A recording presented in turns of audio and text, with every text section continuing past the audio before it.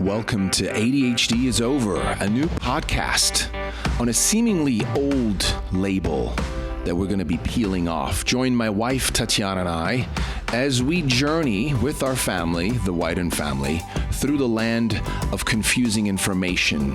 We're going to visit both sides and let you decide because the power is with you. Welcome to ADHD is Over. Welcome back. My guest today is Kirkland Newman, an Anglo-American journalist, entrepreneur, and philanthropist who specializes in integrative mental health. Kirkland founded and runs the successful integrative mental health website, MindHealth360, which provides free information and resources on integrative mental health and functional medicine psychiatry to those suffering from mental health issues, their friends, their families, and to health practitioners worldwide. She also founded and hosts the MindHealth360 Show, which interviews leading integrative mental health practitioners from around the world. On this episode, Kirkland and I will discuss what ADHD actually is, some of the myths surrounding ADHD, the most effective alternative treatments currently available, and what parents can do to steer away from the medication-centric narrative around ADHD. I'm so excited to welcome Kirkland Newman. Thank you. Thanks so much for having me on your show, which is just so interesting. And I've been listening to a few of your podcasts, which are really great with Gabor Mate and Bob Whitaker, and really interesting. So well done. Thank you. Thank you. And same to you. I've listened to some of your podcasts as well. Sounds like we're kind of eavesdropping into each other's lives. You know, and I'm just, I'm really happy and that you're here, and thanks for making time for our podcast. Well, it's great. It's my passion. So always happy to make time. Great. Well, let's dive right in. So ADHD is really close to your own heart, or home, I should say. How did you first feel when you came, I'll call it, in touch with this so-called disorder when it first showed up in your life? Well, the really interesting thing for me is that I was recently diagnosed with adult ADHD, but, you know, I'm 50 as of a few days ago. And Happy birthday to you. And I had never realized in my 50 years, you know, that I had this quote unquote disorder. I just thought that what I was coping with was completely normal. And when I looked at the symptoms of sort of adult ADHD, I thought, wow, you know, this is interesting because a lot of this coincides with what I feel like. I'm always late and I need a deadline and I can hyper focus. And, you know, ironically, I did very well academically. I've got 3 master's degrees, but it was always really hard for me because I had to have a deadline and then I would hyper focus and I would usually work all night and, you know, for 16 hours straight, and I would get everything done. But there was a lot of procrastination and a lot of sort of dysfunctional behavior around my study habits. And even now I have an inability to get things done unless I have a deadline, and I tend to procrastinate a lot and I'm always late. And there's certain traits that I just thought were normal and I would beat myself up about them and think, you know, why are you so like this? And it's just, you know, awful. It says character deficiency. And so while the interesting thing is that while, you know, we dispute putting labels on things, for me, I actually found being diagnosed with ADHD was a relief because I thought, wow, you know, this actually makes sense. Like my whole life, I've been struggling with certain character traits. And, you know, my ex-husband was always saying, you're always late, you know, and so I'm always waiting for you. And so, you know, on the one hand, maybe it's a bit of an excuse. It's like, oh, well, that explains it. But on the other hand, it was also a relief for me because I thought, okay, this does explain why I struggle with certain aspects of my behavior. And that's interesting. Sorry to interrupt, but, you know, there's this saying, right, when we say, well, getting a diagnosis or a label is not a bad thing. And I would agree, right? As an adult, we can reason with that. We can kind of put our lives under a microscope and go, oh, I see some of the patterns. But I think for kids at like 5, 6, 7 years old, it's a bit harder to see that. And perhaps how it lands for them is a bit more like you're broken. There's something wrong with you. You're not right. And so I totally get that. As an adult, it can be a relief, right? To sort of go like, oh, I see these symptoms have, the struggle have caused these symptoms. So I totally get that. Yeah. It's That's a great. And then what you say about the kids, because both my youngest, who's now 12, has been recently diagnosed with ADHD as well. And the eldest, who's 15, has been diagnosed with borderline ADHD. And I'm not a big fan of labels. I mean, I work in sort of integrative mental health, and I look at all the aspects that impact your mental health, from your biochemistry to your psychospiritual to your lifestyle behavioral. And so it was interesting getting these sort of labels for my sons. But again, with the little guy, the 12-year-old, he's always struggled to read, and he's a very bright kid, but, he's very bright, but he's never liked reading, and I'm a big reader. I studied literature at university, and, his father is a reader. And so it was very strange that he was so resistant to reading. And he was really finding it frustrating at school, and he thought he was stupid, and he was constantly putting himself down and lacking confidence because he was not academically as able or as advanced, or there was a disparity between his intelligence level and his achievement level. And I think that was the interesting part, because we had him assessed by an educational psychologist. And they said, he's a very bright kid, but he's not achieving academically at the level of his intelligence. So what's up with that? And, they claimed that was because of his ADHD. So again, well, that's interesting, because it's almost like, what's up with that is like, well, that's my son, and he's just choosing not to read that well yet. Yes. Right. And you could say, right. And yes, if you're in a system of a school that you need to graduate from, and there's a certain thing and he can't cut that, then perhaps that's just not his jam. Right. That's exactly right. And it's interesting that you say that, because I remember I was a late bloomer, and I was really considered not that bright by my peers. People would say, oh, you're so stupid. I was brought up in France, and whenever I asked a question in class, kids would say, oh, you're so stupid. And and I was convinced I was stupid. And then at the age of 16, and I was always very, very average in my results. And then at 16, I somehow completely shot ahead and did really well academically, and I went to Oxford and got a first at Oxford, etc. But, it took me a while to get going. And I think there's this theory with ADHD, and, whether you want to call it that or something else, that your brain develops at a slightly different pace. So 2 to 3 years behind other children. And your brain is slightly smaller, or 2 to 3 years behind, and it catches up, but it's just a timing thing. That's one of the theories. And so I agree with you 100%, not yet. And so these things can change.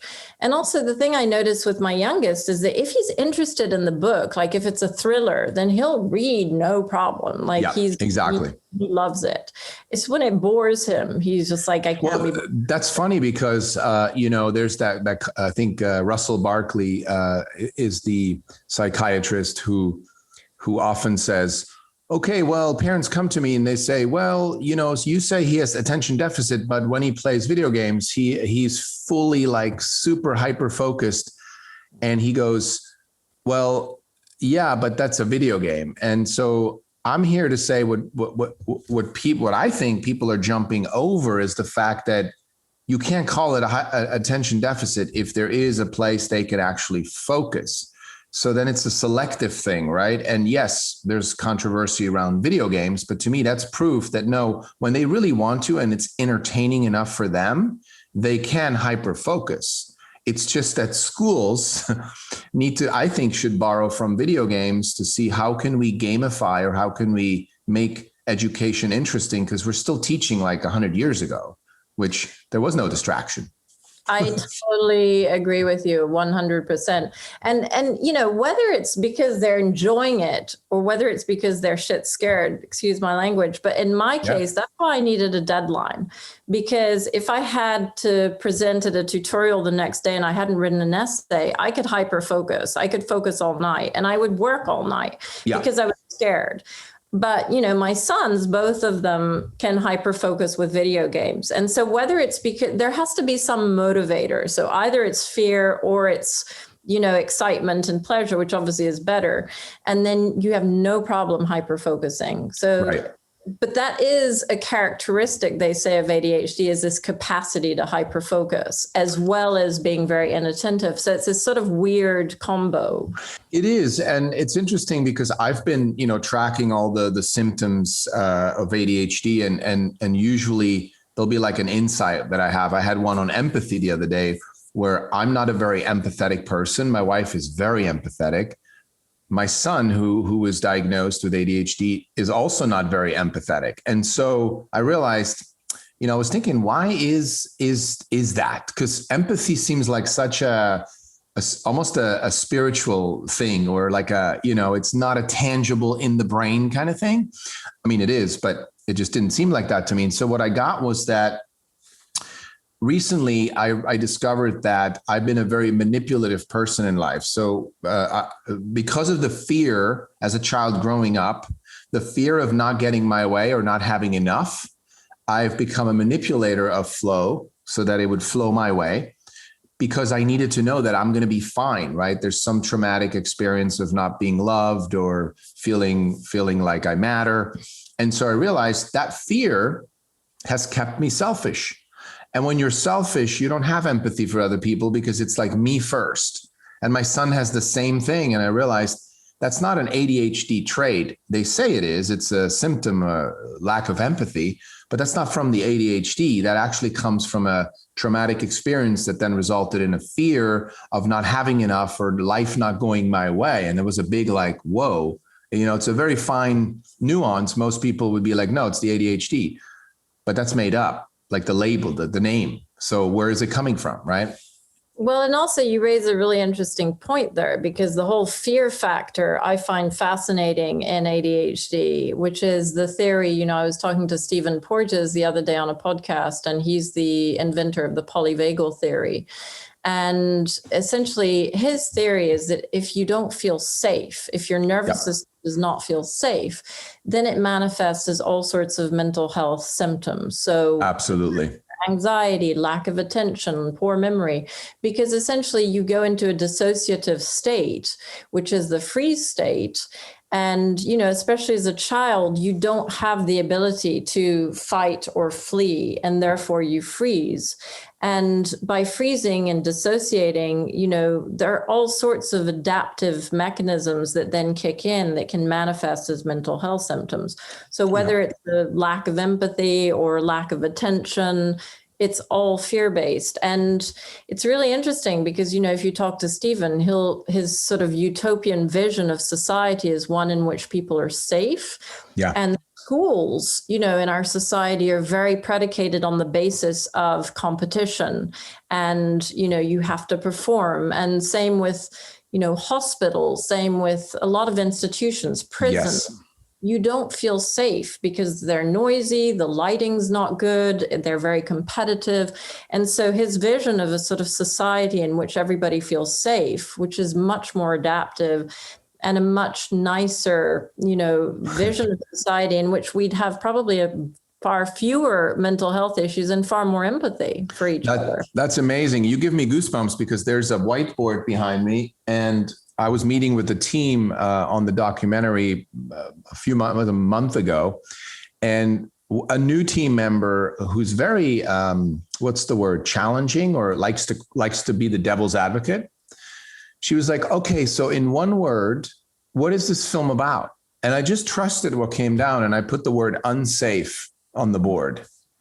And it was just clear, goosebumps again. It was just clear to me that our world is not safe to the more sensitive children that are being born. And more of them are being born because we've evolved as a species. We've even spiritually upgraded. And so when these souls come in, they're very sensitive to what's happening. And we've created a world that's like, it's just an attack on all your senses when you're born, right? We're totally overstimulated. And I think this is my fear about, and I saw that article that you sent me earlier about the fact that, the social media aspect is overblown, and that essentially, there's this theory that since Instagram and Snapchat in 2012, there's been a huge exponential increase in mental health problems amongst teens and depression, anxiety, et cetera.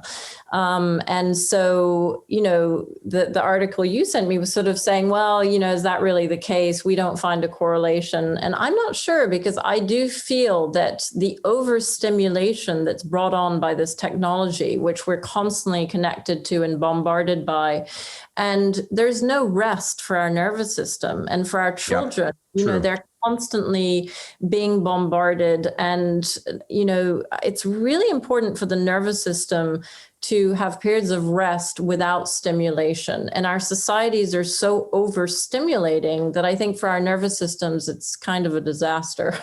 Absolutely. I agree. And I think the article was more like to show the complete other belief system, right? And I believe, just like you, that, social media is kind of a magnifier of the issues or the threats or the unsafe kind of things that come at us. It certainly doesn't help. And, when you're that stimulated all the time, it'd be like being at a Vegas casino 24/7. You'd go crazy after a while.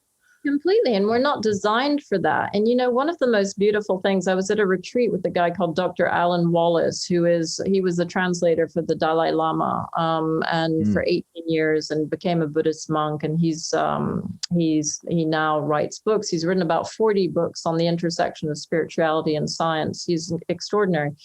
And he was saying, in the last 100 years, we brought about more change, and, whether it's medicine, economics, all our social systems have changed, faster than in the last 3,000 years. And we've lost the capacity to adapt physiologically to this change that we've surrounded ourselves by. And any time, as we all know, that a species fails to adapt to its new environment, we're kind of screwed, we're in trouble. And I think that's probably what's happened. And that's why we have an epidemic now of mental health issues, of health issues, of societal, breakdown, and, economic issues, because, we are not equipped physiologically to adapt to this level of stimulation and the onslaught that we're faced with on a daily basis. And the totally. Yeah. And sorry, I interrupted you.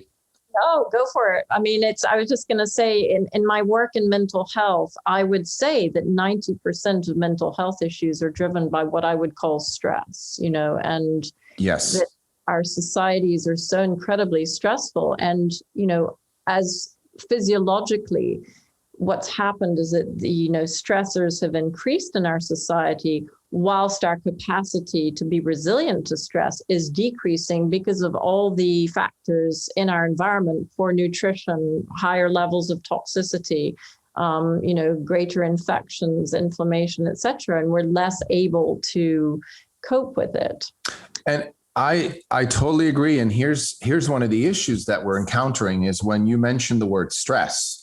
We've sort of workified the word, meaning we relate it to working too much or being too busy.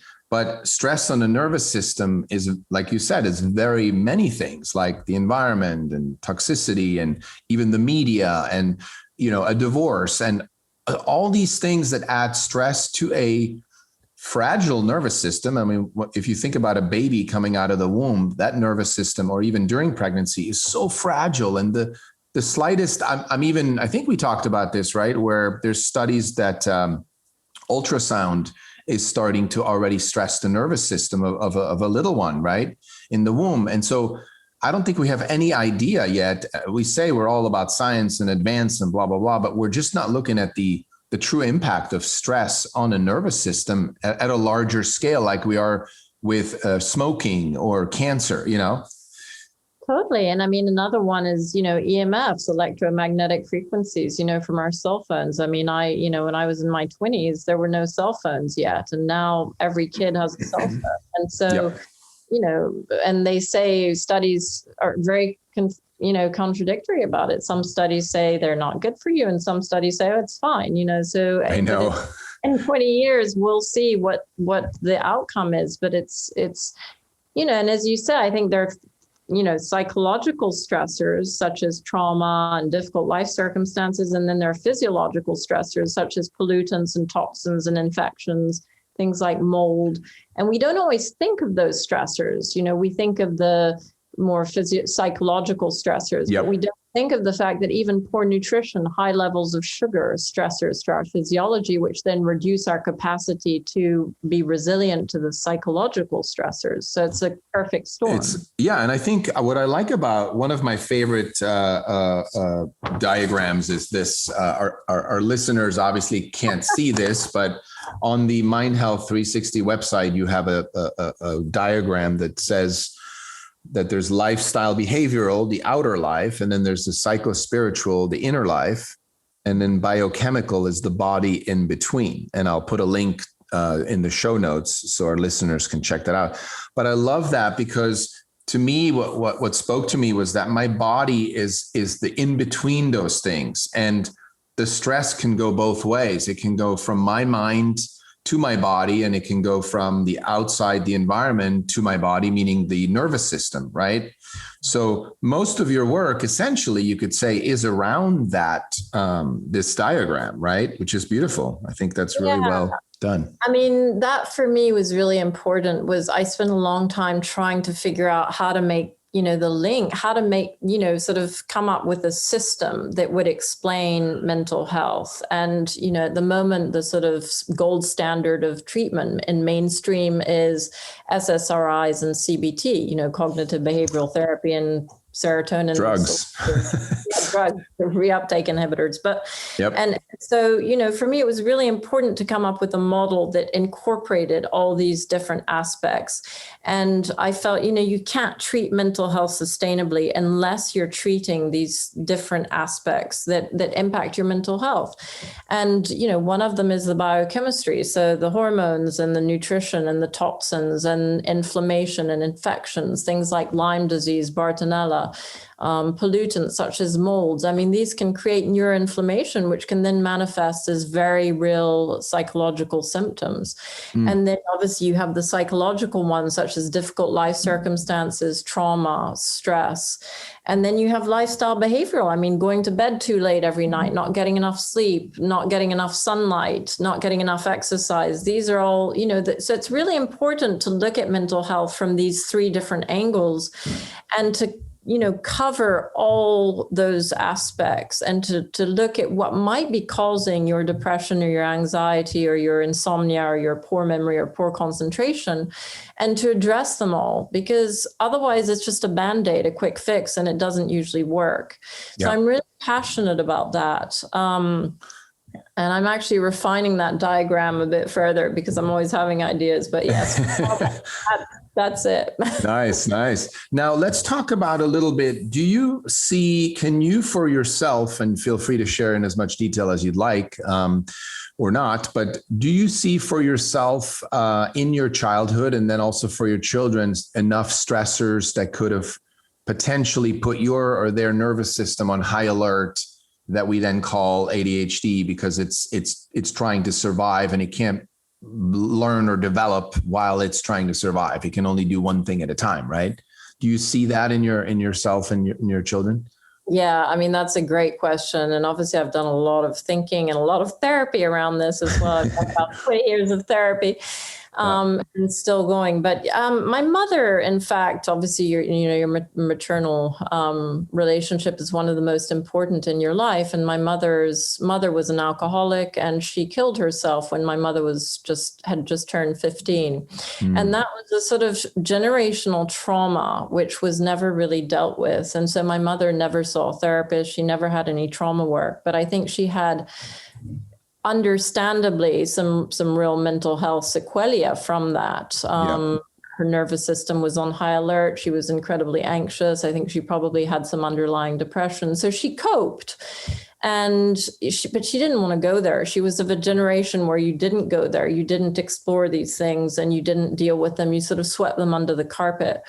And I think what happened was that, I coped as well. And then I started having panic attacks actually when I was about 7 years old. I had my first panic attack. So I always had anxiety. And I remember at school, I had quite a lot of anxiety around exams, and it would manifest as gastric problems. I'd have diarrhea and bloating and cramps, and I couldn't actually focus at all on my exams because I was so scared of failing. And, I have to say, my childhood was full of a lot of anxiety and stress as a result of all that. And it's taken me years to sort of understand the nervous system and understand through therapy what I went through. But I got to the age of 31 with having no clue at all about what was wrong or that anything was wrong. I mean, to me, this was sort of normal. I mean, I knew that panic attacks weren't great, and I knew that I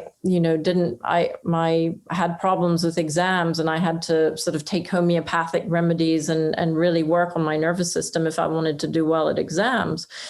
But it was something I just learned to live with. And it was only in my 30s that I started to do therapy. And I thought, actually, this isn't normal. And my childhood wasn't particularly easy in quite a few ways, even though, I was from a very loving family. And on the outside, things were fine. But I think there was a lot of internal stuff going on.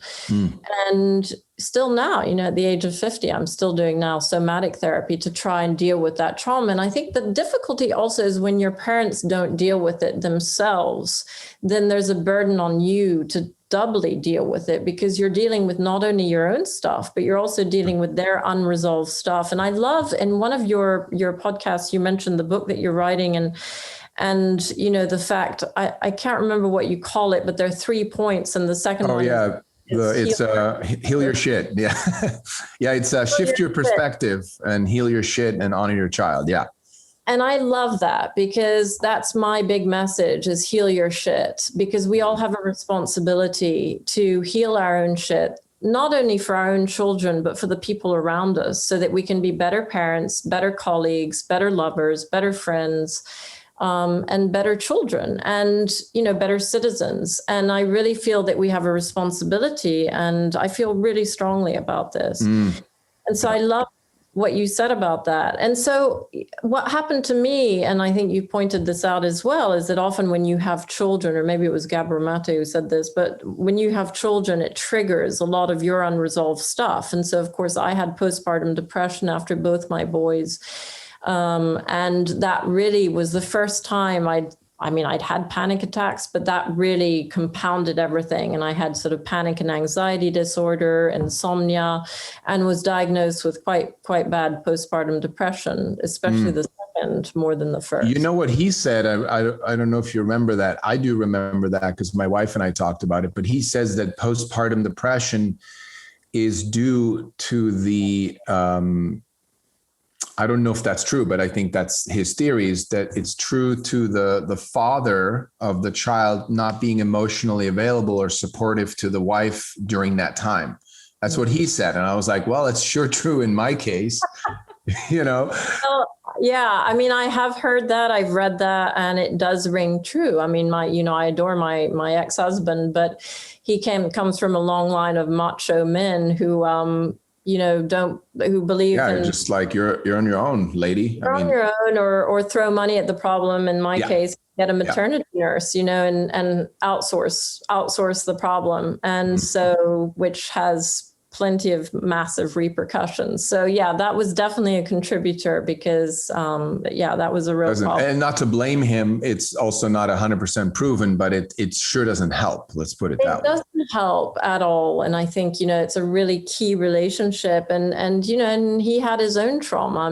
His mother left when he was 2, and he was brought up by a dad who was quite old fashioned and quite macho. And so, you can see how all these intergenerational things. Yeah, it's all connected. It's all connected.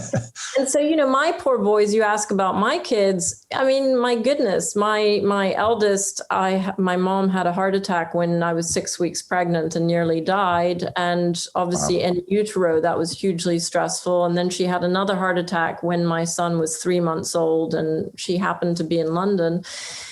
staying with me. And that was very stressful. And then there were just a series of very stressful events. And then, of course, I got separated 4 years ago. That was very traumatic for the kids. And so the poor kids, they've had, plus I had postpartum depression, and, there were periods where I was very incapacitated. I mean, I was having so much anxiety. It was very hard for me to be properly looking after my kids. And part of the problem is that, the mother's nervous system is so essential to her children's nervous system. And, I read all these books on parenting, and I thought, I've got to do this and I've got to do that, and I've got to take them to museums. But actually what I realize now is I didn't have to do anything. I just had to be different. Yes. I had to be grounded and calm and within myself and settled in my nervous system. And so I look back thinking I tried so bloody hard to be the perfect mother, but actually, I failed in the sense that I was just a basket case. I was super anxious about everything. And now, my sons are anxious, and they both have sort of attention issues. And it's hard not to blame yourself and say, well, if I'd known more. I mean, I did 20 years of therapy and I've read all the books on parenting, so why couldn't I get it right? But essentially now I realize that it's really all about your nervous system, because your children attune to your nervous system or entrain. There's this beautiful word called entrainment, which is, that you're mirroring, your kids mirroring your nervous system. It's like you're in the same frequency, like a walkie-talkie. You're kind of like dancing. Exactly. And so it's so essential, not what we do, but what we be, and I love that. And what I'm getting tired of is when people say, yeah, but being a parent is stressful and Well, yes, if we're going to continue doing it the way that we're modeling in this society, it is. But I don't think it has to be stressful, because I'm going through a parenting course right now at the Jai Institute, which is conscious parenting.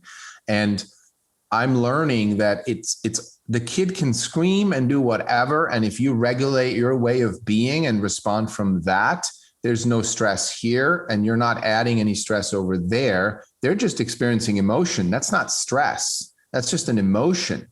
Completely. And we have the two collapsed, right? Emotional outburst and stress. And so I think if we can untangle that and work like you're doing the work first here, healing your shit, that's going to heal theirs while you're also helping them heal theirs. And that's just called life. We're just going through life, healing and recreating ourselves. Nothing wrong with that. 100%. And the other thing I would say also is that, I think for me, being able to deal with my children's emotion was very difficult, because it upset me so much. And I would find it really hard to cope with their emotion, and I would try and fix it, and, at all costs, because I couldn't cope with it. And now what I realize is that actually just being able to hold them as they're having these emotions and just being present in a loving, calm way is all you need to do, because they're, as you say, it's just emotion. They're just having these emotions. And as the lovely Marie Forleo says, you got to feel it to heal it. Yep. And I love that expression, because, you got to let your kids feel it, but not be overwhelmed by it. And so you have to hold them. And that's particularly skill, you have to have that skill. And if you can't hold your own emotions, then you're not going to be able to hold your kids' emotions. And hence why it's so important to work on being able to hold yourself emotionally so that you can hold your children and let them have their emotions as, you let yourself have your emotions, and not freaking out because you're having these emotions or because your kids are having these emotions. Well, I think what doesn't help is that we're living in a society where IQ is valued more than EQ. And we think, well, if I get really good at my emotional intelligence, that's not going to pay my bills. Well, I think it will, because if the being shifts and there's less stress and less mental disorder and running around with chickens like their heads cut off, we're going to attract more peace and love. And ultimately, we want to be happy. We don't want to have a lot of money and be unhappy. I mean, everybody with a lot of money thinks they're going to be happy, but that's not the case. Right? It's not the reason why you be happy. So I think we just have it backwards and still praise the IQ.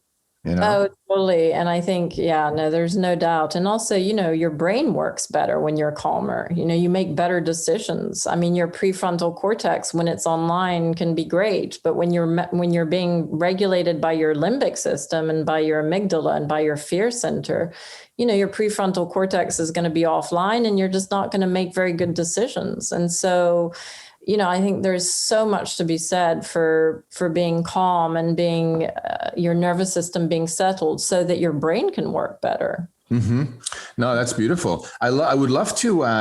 Dr. Stephen Porges sounds amazing. I'd love to at some point interview him. It sounds like right up my alley with the nervous system. Oh my God, he's the master. He's the master of it. I mean, he's sort of the godfather of the nervous system. So I will check out your episode on that. I saw that. I haven't listened to it yet, but perhaps why don't we talk about what you've seen? So you've done a lot of work. You have a lot of resources on your website. And again, I'll post that in the show notes for our listeners, MindHealth360, and also the show.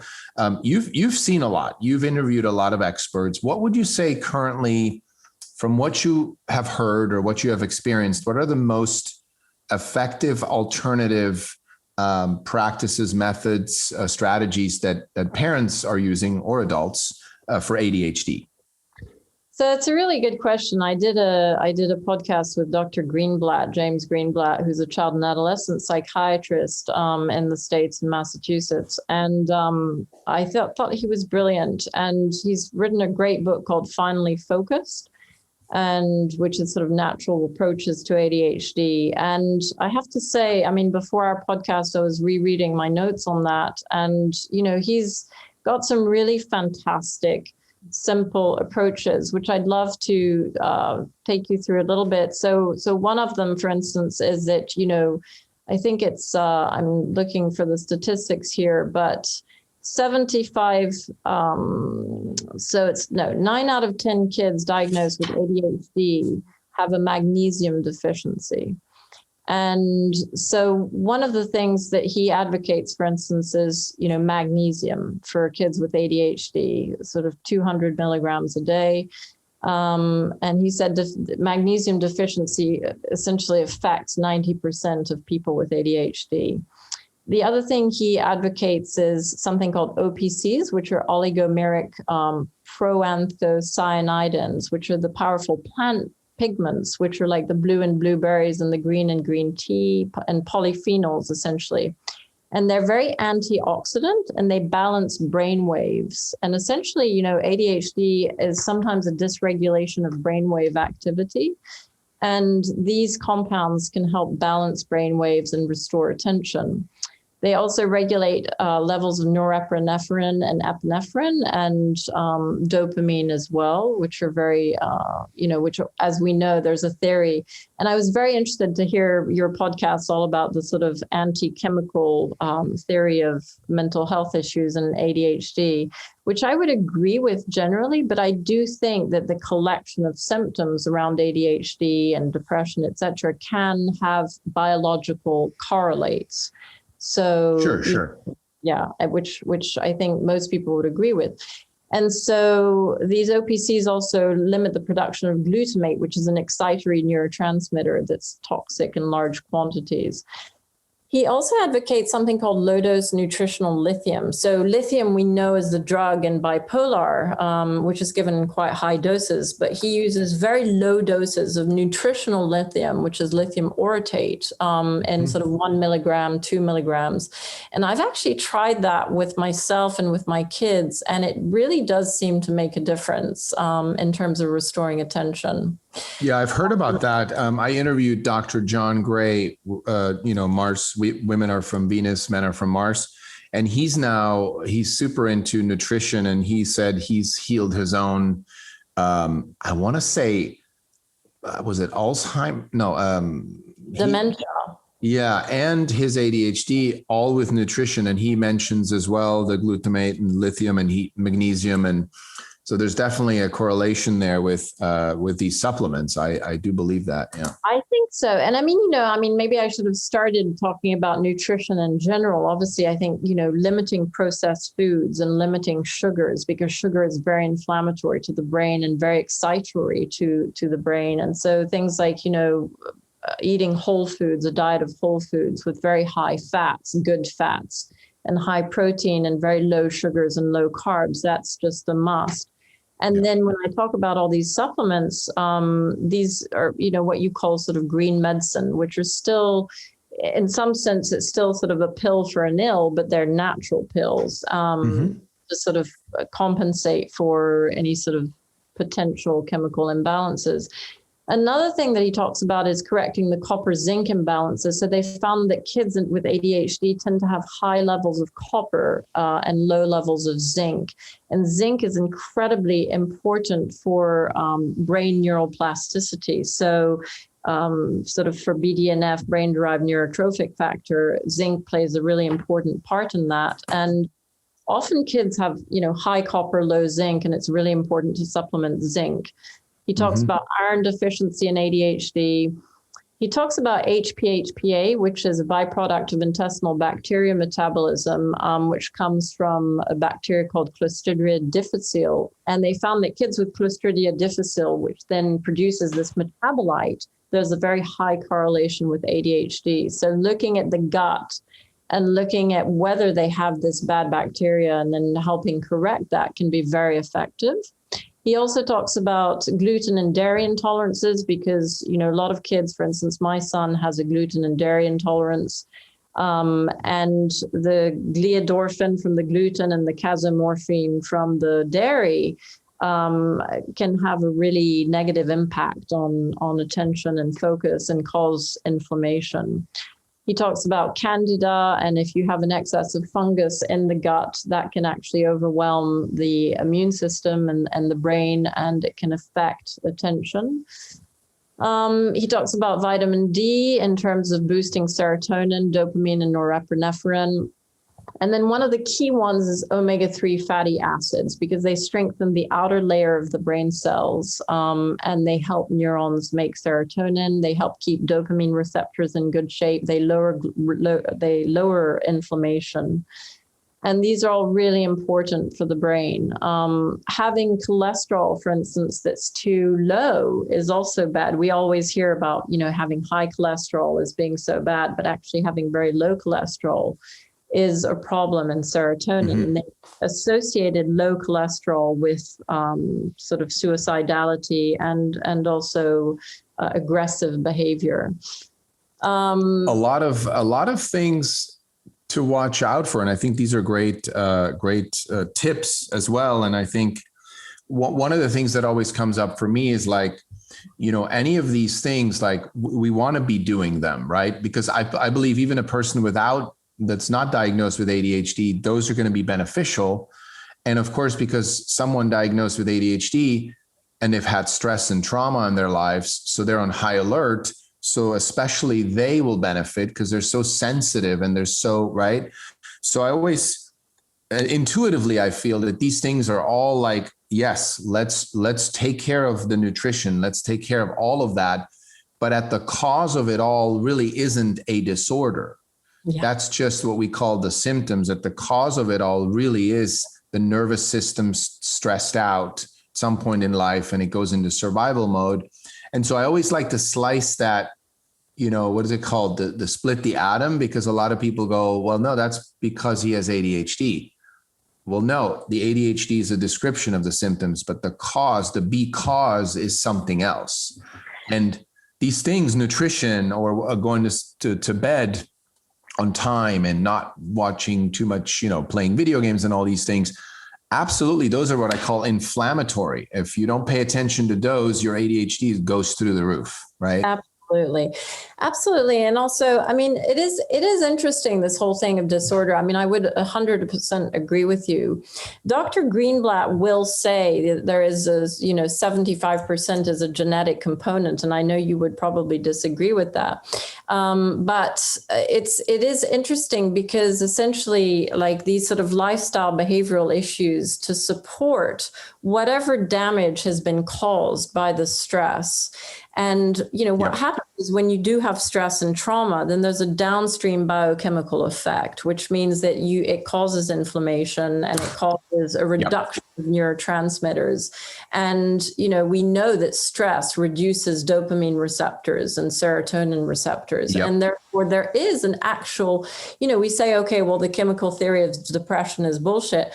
Yes and no, because there is an issue with neurotransmitters and there are fewer receptors and it's, but it's not one, it's just a combination. And what's it caused by? It's probably caused by stress and inflammation. Yeah, that's what we're saying is, and Bob Whitaker would back this up too, is like, it's not that there isn't a neurochemical imbalance in the brain at the time when you would measure it.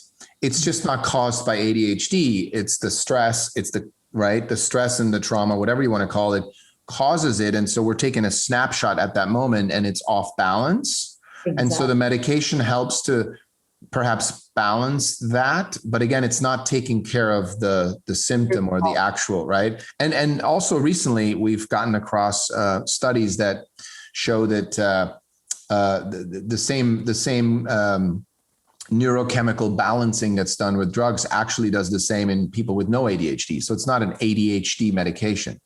It's just a medication that does that, right? It's like taking recreational drugs, not that I've done that, but if you take speed, you feel great. Your brain's really focused and working. And it's quite funny. A friend of mine the other day went to get diagnosed. She got diagnosed for ADHD. And then she said, oh my God, it's amazing. Like, this doctor gave me this slow release pill. And I'm now, my life has completely changed, but that probably is. But it does help.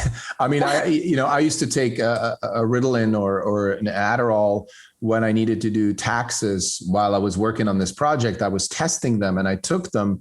And of course it feels great, but I felt the dependency that I could see a kid eventually, not just psychologically thinking, I do need this thing because if not, I don't get good grades and my brain's broken. And so I got to keep doing it. And then what's next? And it's like, that is a true dependency, even if it's not it's not like meth, where you must have it, but it's a psychological dependency. It's psychological dependency. And I think, and that's what I like about the supplement approach is that it is somewhat a dependency, but you're actually restoring the brain's neurochemistry. So you're actually giving it the precursors to build the right neurotransmitters, to build the right hormones, and to build the right neurons and neural connections. Yeah, no, that's amazing. So to me, that's really important. And nutrition, all your neurotransmitters come from proteins, amino acids. So you've got to have the right amino acids in your diet.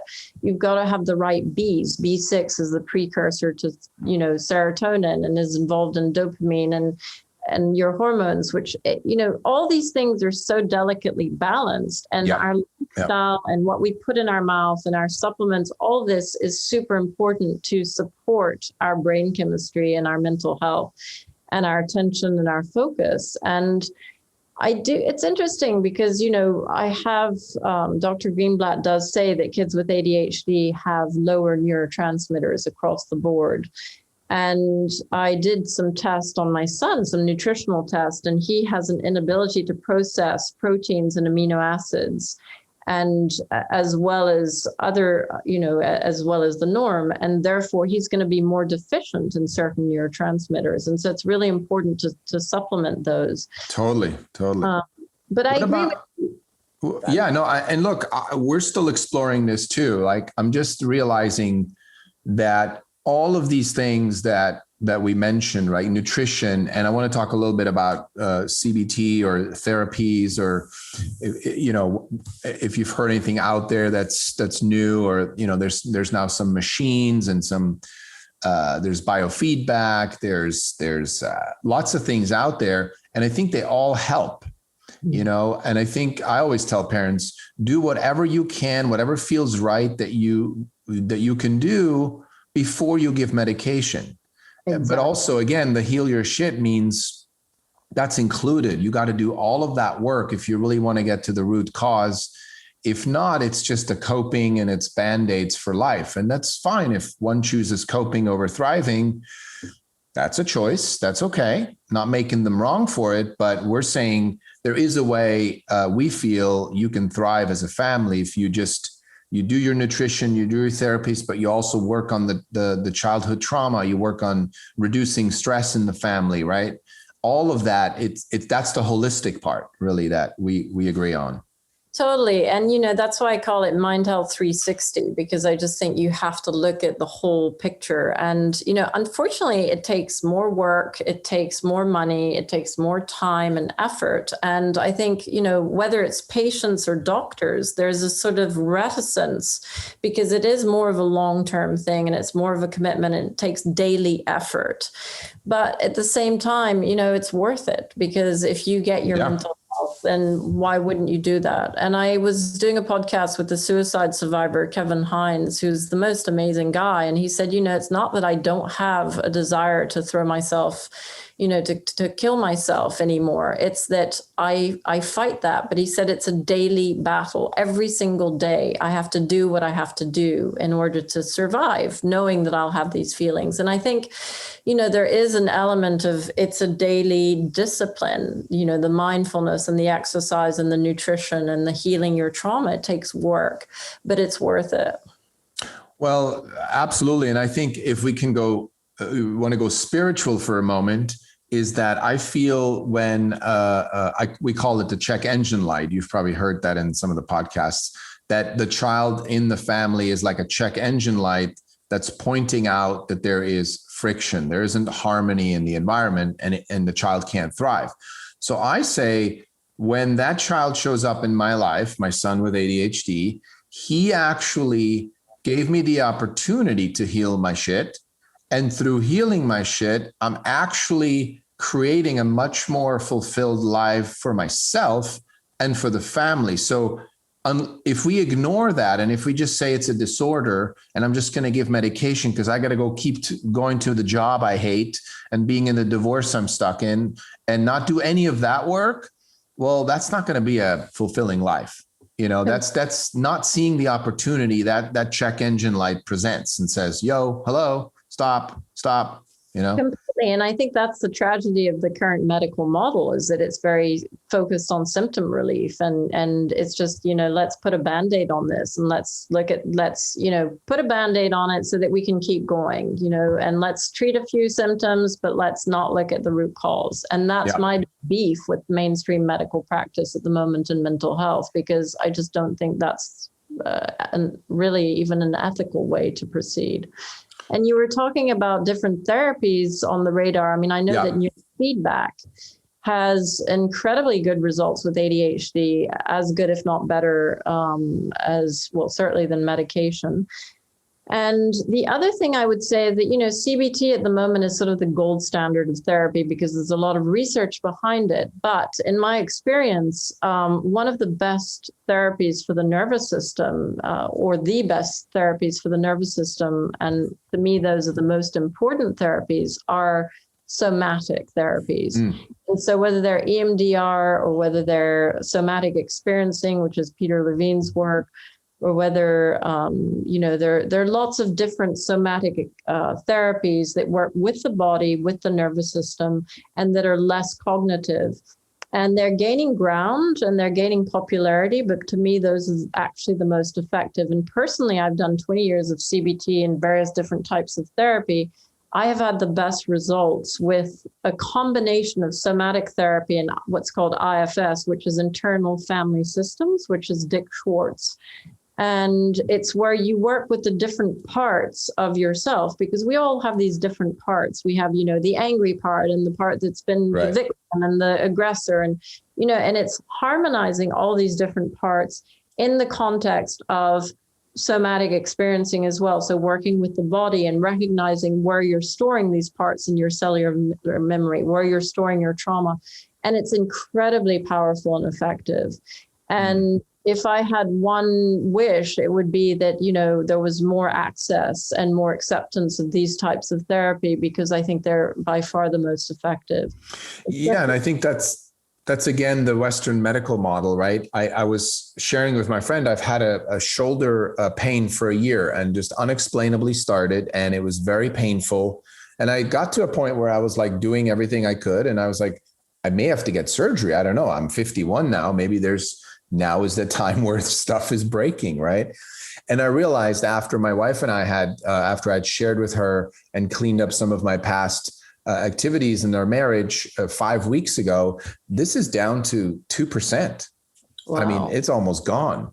And I am convinced that that's what it was. Like I was storing that emotional, that shame or guilt or the hiding or all of that was in there. And I believe in that now because I've experienced something so radical, but our Western model, nobody I saw ever said, except when I got to my acupuncturist 2 months ago, he said, what's on your shoulder? And I was like, what do you mean? He's like, what do you need to let go of? And I was like, oh, okay.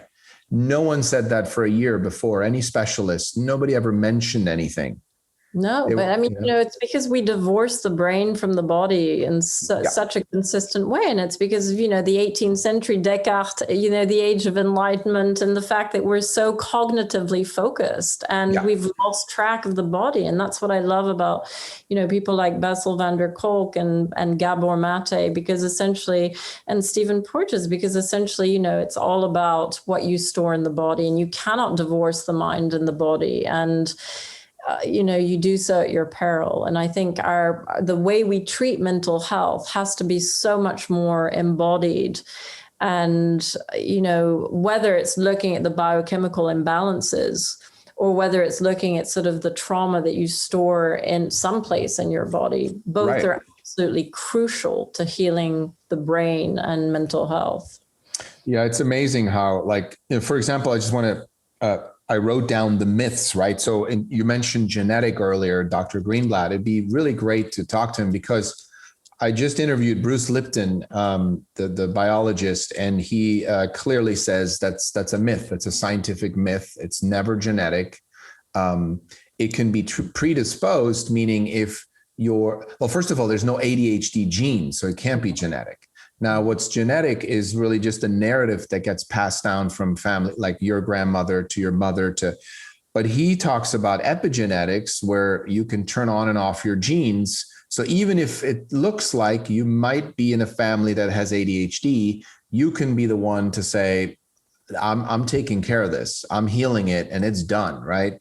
And he's a big proponent to that because he said when parents hear it's genetic, what it does, it sort of, it gets them to be off the hook. It's like, oh, I guess there's nothing I can do. Yeah. Bad genes, Yeah.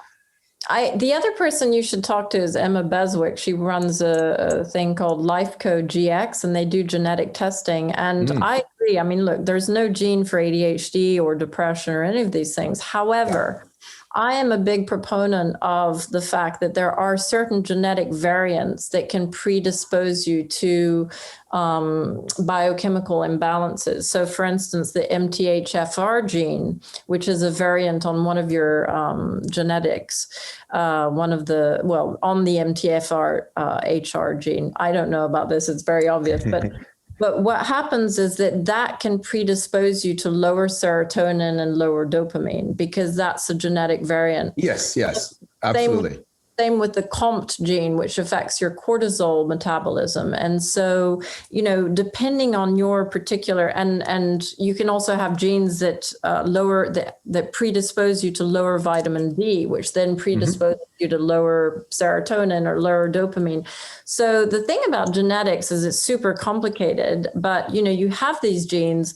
On these genes, you have these different genetic SNPs. And those can, in combination or even separately, predispose you to certain neurochemical imbalances. Right. And so I do think that there is some validity to that. Absolutely. I think the predispose is the word, right? What parents hear, though, is predetermined. And that's what Bruce says is never the case. Nothing's predetermined because we have the power recreate our realities and are literally manifest a different, like, or create a different manifestation. So yes, predisposed for sure.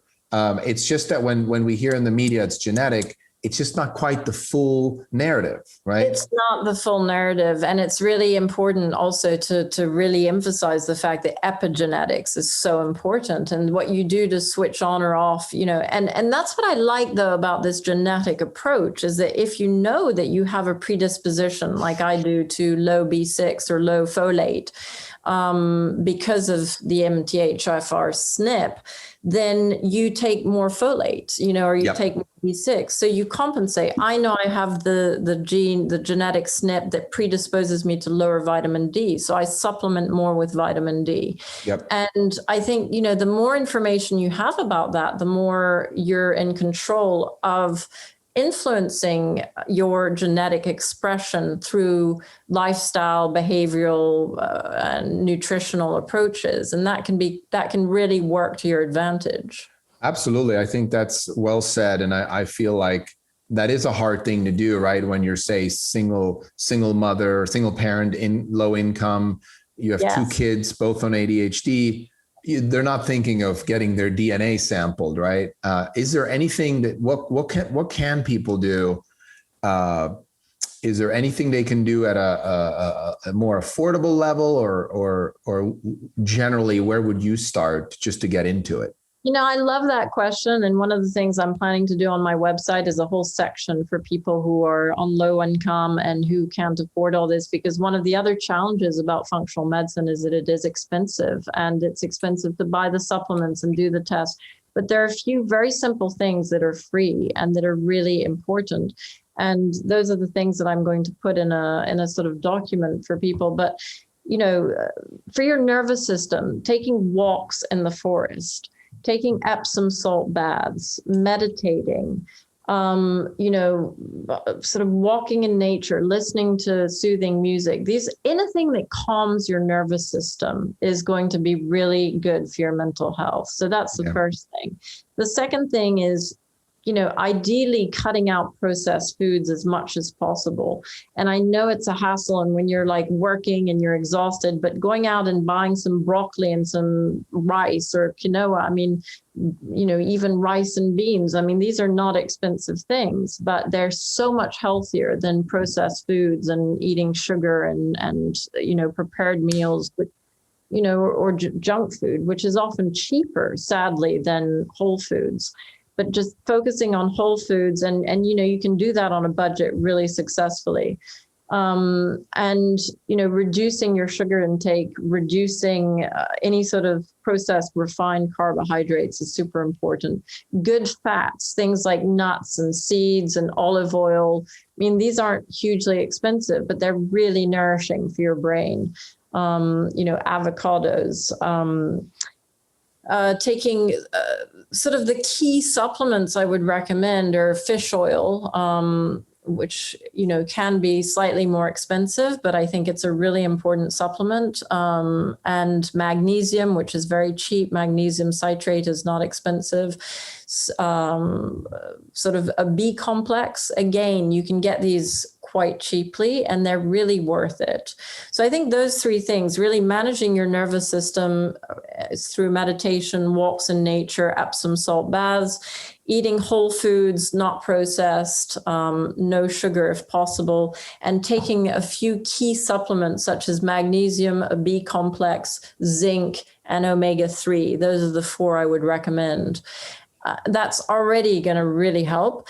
And I'd say another thing is cut out gluten and dairy if you can, because there is that risk that the sort of gluten and dairy intolerance, which is more and more prevalent, can exacerbate attention issues and neuroinflammation. So these are really simple, inexpensive things to do, and they will really make a big difference. And I will add to that. Yes, thank you. And I think, what came up for me was like, nowadays you go to the store, everything has either sugar, gluten, dairy, or all three. It's just like, it's everywhere. And I feel like when we go through the process of starting to narrow it down to the healthier choices, some transformation of the self will appear. there's going to be some kind of having to let go of our own addiction to caffeine or, bread or pasta, pizza. It's almost like what is it called? The apple doesn't fall far from the tree, right? Yeah. The parents get to look at their own diet and their own well-being. And so it's all related. And I think once we throw the hat over the fence and we say, I'm going to get my son or daughter healthier so that those symptoms disappear or get reduced, we're going on a journey. It's a personal self-transformation journey. And I'm here to say at the end of that tunnel is a lot of light, can only be a lot of light. I totally agree with you. And it'll make, it makes a huge difference. And I mean, there's nothing worse than being in a sort of cooped up situation with sort of agitated people who can't concentrate, or, it's very difficult and it's stressful for everybody. And I think, the other thing I would add also is getting enough sleep is essential. If you can get 8 hours of sleep and limiting screen time if possible as well. I mean, these are all things that are free. They're not easy. But they're worth it. And as you say, there's huge light at the end of the tunnel because, the shifts happen quite quickly. You can really see a difference. I see a difference when I practice what I preach, and myself and my kids, it's night and day difference. When I don't, it's very obvious, but it takes effort. It's not always easy, but it's worth it. Effort is the word here. Effort. Well, I hate that to be the key word, but yes. We teach that to our kids at schools, that if you don't work hard, you're not going to be successful. But then I feel like we sort of disregard that concept when it comes to our own well-being or mental health. It's not easy. It's not easy. And I 100% agree with you. And, but just when you were saying that word effort, like that's my approach. It's like, it's a daily discipline. It's a daily work and it takes work. But then I was listening to somebody the other day who was talking about the importance of fun and play. In fact, it was Felice Gersh, who's a OBGYN, and one of the podcasts I was doing with her, and she's fantastic. And she said, play and fun is so important for your hormonal balance and for your nervous system and your mental health. And I think we often forget that. And our idea of play or fun is, video games. And that's, I don't know what the right form of play is, but something that just gets you out of your head, into your body, and that just releases oxytocin and makes you feel good. Oxytocin is an incredibly important hormone. It's a sort of love and bonding hormone. So good relationships and play and having fun and a bit of levity is also super important. I love it. Well, Kirkland, it's been a pleasure. We've had a really amazing conversation. I think we've pretty much stormed through all our notes and my talking points in a very effective way. So I just want to thank you for taking the time. It's always a pleasure to talk to you. And I'm going to put all the show notes at the bottom so parents know where to reach you. They can go to your website. They can reach out to a team member, and perhaps if there's question or is there anything else you'd like to leave our listeners with in regards to MindHealth360? Anything you'd like to share? No, I just hope it's a very useful resource for people. It's a free resource to try and raise awareness around integrative mental health and functional medicine psychiatry. I have a database of clinicians worldwide. So if you're looking for a clinician, then there's that database. Feel free to use it. And I just hope it helps people. And also, Roman, just wanted to say thank you for all the work that you do. I think it's fantastic. I love your podcast. I love the film that you're doing. I can't wait to see your book. And I love the fact that you're always in perpetual motion for self-improvement. And you're one of the tribe. Yes, we do have a tribe. I call it Camp Thriving, because the other one is Camp Hoping or Coping. And I love that dichotomy between thriving and coping that you've established. And so here's to thriving. Here's to thriving. Well, thank you again. And I wish you an amazing rest of the week. Thank you so much, Roman. You take care.